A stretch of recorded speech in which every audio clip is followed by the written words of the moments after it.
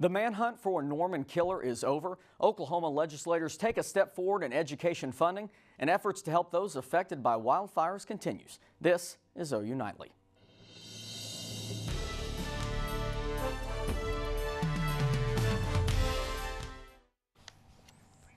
Good evening and welcome to OU Nightly. I'm Matt Marks. And I'm Jaycie Bayless. We begin tonight with the latest on a murder near the OU campus. Tonight we know that this man, Joseph Alanis, is in jail and will face charges for the attack of the Emerald Greens apartment. Now he is the subject of a manhunt that prompted OU alerts yesterday afternoon. OU Nightly first brought you this story as breaking news yesterday during the manhunt for the suspect. Now Michael Bohling joins us live with the latest. Well, Matt, last night police continued their search for Alanis before he was taken into custody at 8:30 p.m. in Oklahoma City. Alanis was then transported from Oklahoma City to Norman for questioning before being booked into the Cleveland County Detention Center. Yesterday, this was reported as a possible shooting, but with new information today, the police believe this to be a gruesome case of domestic violence. The suspect, 29-year-old Joseph Alanis, stomped the victim's head with his foot while she laid on the floor.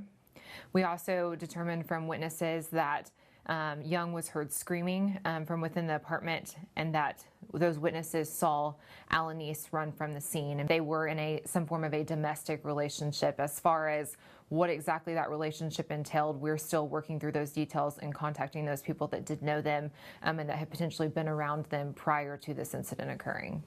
So far, we know that Alanis is being held on a complaint of first-degree murder and that Alanis is still being questioned. Information is continuing to come out from this investigation, so stay tuned for updates as the case continues to evolve. Back to you guys at the desk. Well, thank you, Michael. We are also learning more about the victim in this case. As stated, her name is Brittany Young. She was 27 years old and originally from Houston, Texas. Police say it appears that the victim and the suspect knew each other, and the neighbors say that the suspect was often seen at the complex. Family and friends are trying to raise money for Young's funeral, so donations are being accepted on a GoFundMe page. And after the shooting in Dallas yesterday, Taitum Wilson joins us in the news center with the latest. Taitum. That's right. Dallas police officer Rogelio Santander died this morning, a day after he and another officer were shot at a Home Depot. It is currently unclear how the shooting unfolded, but the incident began Tuesday after an off-duty officer called to request backup for an arrest at the Home Depot. Officer Crystal Almeida and a store loss prevention officer were also shot in the incident. Both are improving but remain in critical condition. The suspect, 29-year-old Armando Juarez, was arrested after a car chase. Police say Juarez will be charged with at least 2 counts of aggravated assault on a public servant and 2 previous felony theft warrants, but additional charges may be added. And authorities think they have arrested the so-called Golden State Killer after more than 40 years of searching. Joseph James D'Angelo is believed to have committed 12 killings and at least 50 rapes across California from 1976 to 1986. The 72-year-old suspect is being held without bail in Sacramento on 2 murder counts. Police arrested D'Angelo after they matched discarded DNA evidence from his Sacramento home with genetic evidence from the crimes. The suspect is a former California police officer who worked from 1973 to 1979 when he was arrested for theft. The Supreme Court finally had their chance to weigh in on President Donald Trump's travel ban. The 9 justices heard oral arguments from both sides. The government argued Trump's ban is crucial to national security, while opponents say it represents executive overreach. The third version of the ban restricts travel from many majority Muslim countries, as well as North Korea and Venezuela. Protesters gathered outside the Supreme Court as the justices heard the case, many calling it a Muslim ban. Let me say first that hate has no place here and the Muslim ban is unconstitutional. Conservative justices and swing vote justices Anthony Kennedy seem to side with the Trump administration. And Jaycie, French President Emmanuel Macron addressed Congress today, taking aim at key points of President Trump's agenda. Macron pressed the U.S. to engage in more global affairs, specifically the Iran nuclear deal and the Paris Climate Accord. Well, thank you, Taitum. And on Tuesday, Oklahoma lawmakers proposed a budget that would provide additional funding to education as well as other areas in the state. The $7.6 million budget would increase education funding by 20%, funding to mental health and a criminal justice to improve the state's child welfare system. The Department of Corrections would also benefit as millions of dollars would go into improving their offender database. Earlier today, the Senate voted 36-8 in favor of the bill. The bill now moves to the House. Parents of a middle school boy who endured 18 months of sexual abuse are now calling on Governor Mary Fallin for help. The parents who were not named in the lawsuit are asking the governor and the Department of Education to implement programs to train schools on how to address and prevent sexual assault. Before the lawsuit was filed on March 26, Washington Public Schools Superintendent A.J. Brewer and Principal Stuart McPherson referred to the acts as horseplay or accidental touching.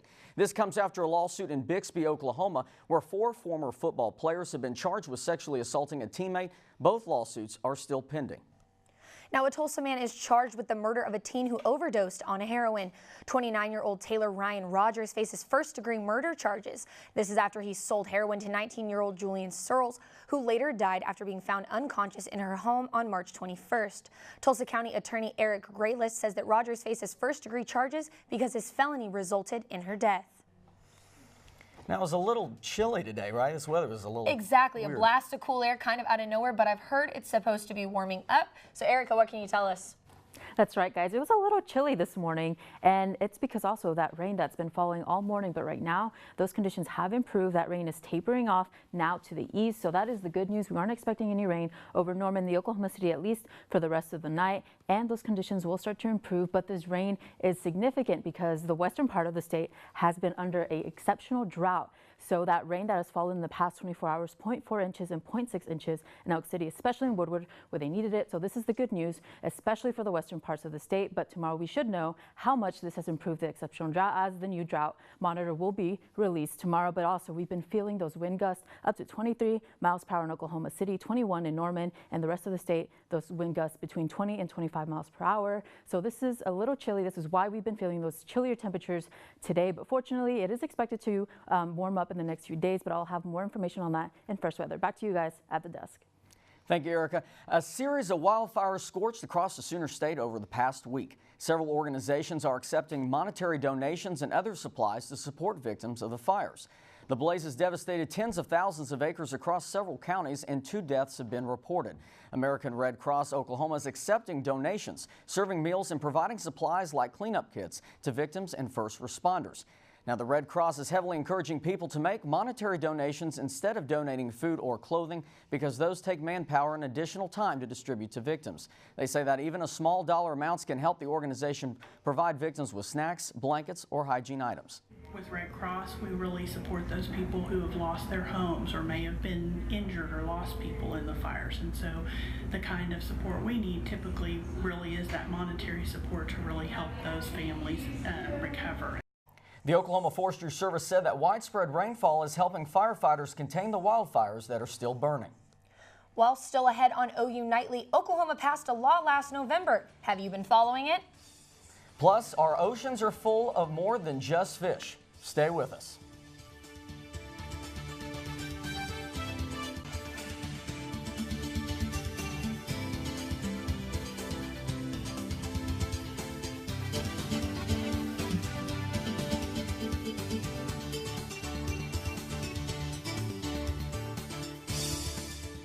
Welcome back. Oklahoma's left lane law that prohibits drivers from impeding traffic in the left lane has been in effect since November. OU Nightly's Ashley Eddy finds out exactly how many people have disobeyed this new law and received consequences. Do you find yourself driving in the left lane? You better move over or you might get pulled over. The Oklahoma left lane law has only been in effect for a little over 4 months and has already netted dozens of citations across the state. Within just 3 months of going into effect, 60 people were cited. In Oklahoma County, a total of 12 tickets were issued, 11 in Oklahoma City limits. From November 1st through December 31st, troopers wrote 243 warnings. These statistics seem to surprise many drivers. I definitely drive in the left lane a lot. So, whoops, I guess. I think a lot of people are unaware. And I mean, it's a good thing. It's getting enforced, you know, just to respect the laws. Yeah, I didn't know that was a law. I think it would be really weird if I got pulled over and got a ticket for that. Yeah, I do it regardless of the law, to be honest. Now, this isn't something to joke about. Violators of the new left lane law could face fines up to $235. However, there are some exceptions. For example, drivers can be in the left lane to allow someone to enter the highway or if congestion is a factor. Ashley Eddy, OU Nightly. The law applies to any road, street, or highway with more than 2 lanes. And Oklahoma lawmakers may have a gift for the drivers who end up with speeding tickets.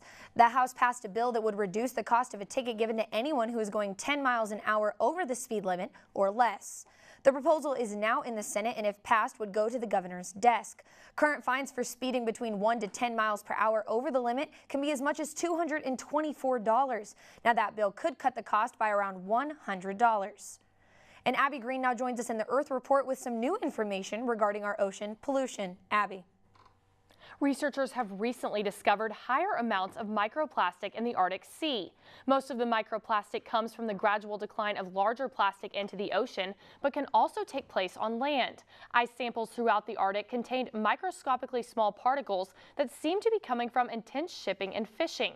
Researchers have not yet determined whether the particles remain in the Arctic or have moved south, but it seems that the plastic is sinking quickly.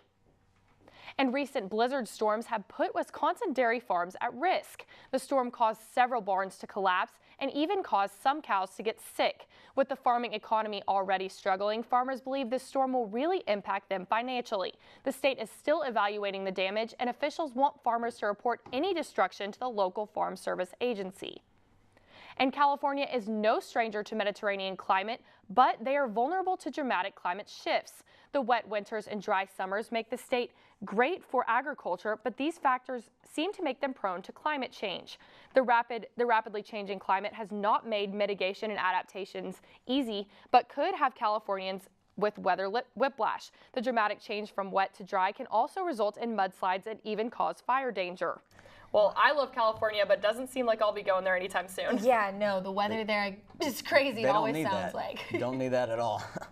Awesome. Well, thank you, Abby. Thanks, Abby. Still ahead on OU Nightly, Thunder return to the Peak for Game 5 tonight, fighting to avoid elimination. Plus, Eric Lopez will join us with more on this weekend's weather. Conditions right now, but how long will this stick up? Coming up. More details coming up. Back to OU Nightly, taking a live look of downtown Norman. We can see mostly cloudy skies. Those temperatures a little chilly for this time of year, 53 degrees due to those winds blowing from the north, which is bringing that cooler air over our area between 15 to 20 miles per hour, which is why we're feeling this rather chilly day. But taking a regional look at temperatures, most of the state above the 50s, even some 60s in Guyman. And like I said, those winds continue to blow from the north, which is why we feel those chilly temperatures today. And now let's take a look at the radar forecast. We did see those rain showers this morning, but those have tapered off to the east, and it looks like this will not stick around for the rest of the evening, but these conditions will start to improve. Although today is a little chilly, tomorrow these conditions will improve due to a high pressure system that's going to stick around over the Norman area, and this is going to cause a drastic warm up in temperatures for the day of tomorrow. So we are expecting to see pleasant conditions tomorrow, but then another cold front pushes through the area Thursday morning. This is going to bring some scattered showers over the Norman area, some very light scattered showers with a 20% chance over Norman, but after this cold front pushes through, those conditions will start to improve again with a high pressure system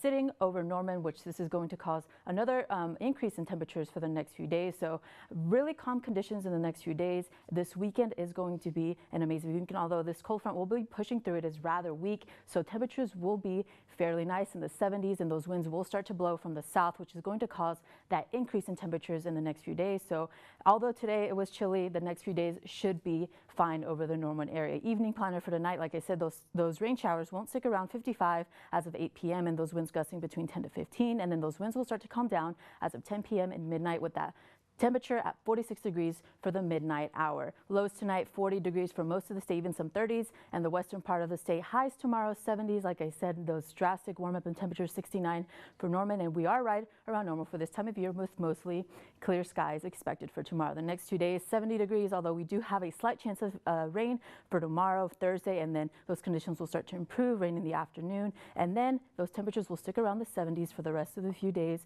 This weekend is going to be absolutely amazing, so make sure to take advantage of that 70 degrees. And then Monday and Tuesday, those rain chances return to the area with a 20% chance of rain by the evening hours on Monday. And then the largest or the greatest chance for thunderstorms is next Wednesday. So be prepared, enjoy the weekend, nice weekend, and before the rain comes into the area. Nice weekend for sure. Well, thank you, Erica. Thanks.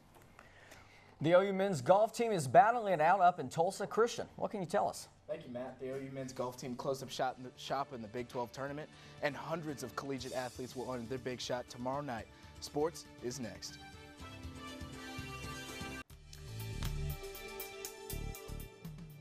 Let's pick up where we left off. The OU men's golf team has won the Big 12 tournament today as of 3:30. After going into the final round 10 strokes ahead, other teams narrowed the gap, but OU finished strong. Let's look at how the Sooners did.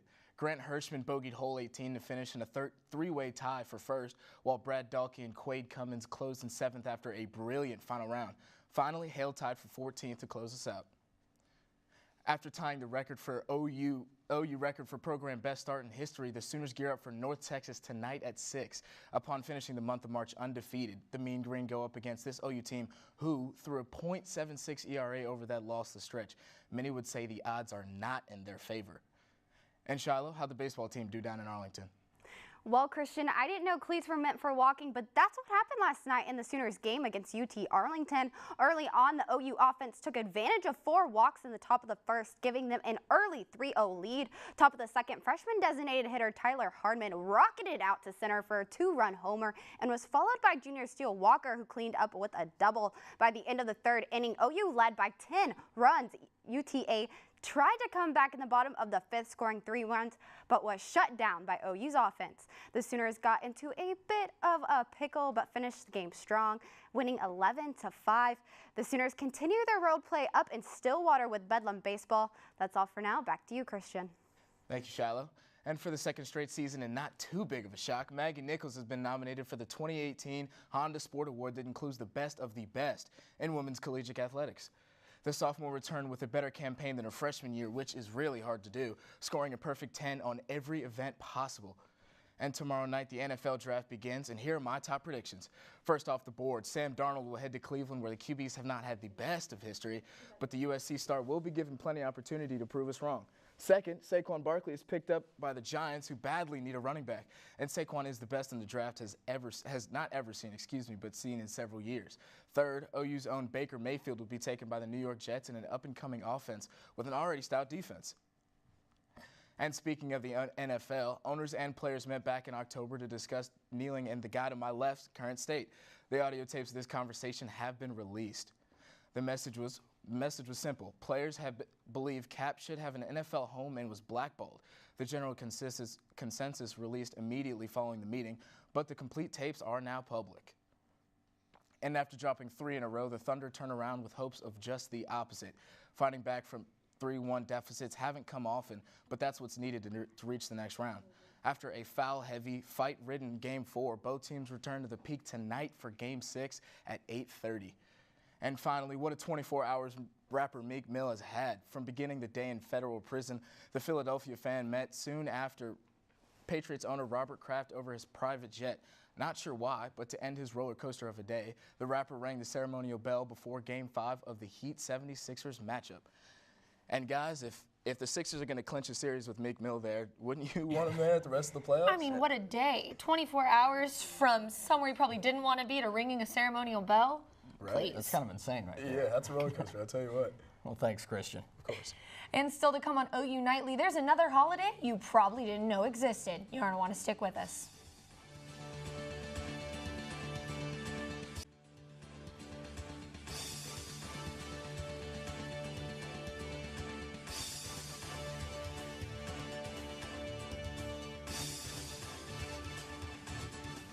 I'm Karbs at the OU Nightly Update Desk. The federal government recently decided that Oklahoma's medical schools will not be getting their federal funding restored. The decision came after the Federal Centers for Medicaid and Medicare Services reconsidered its decision to cut off about $110 million a year in funding to doctors' training programs. State Senator Dr. Irvin Yin said they want that money to go to direct patient care. Back to you guys in the studio.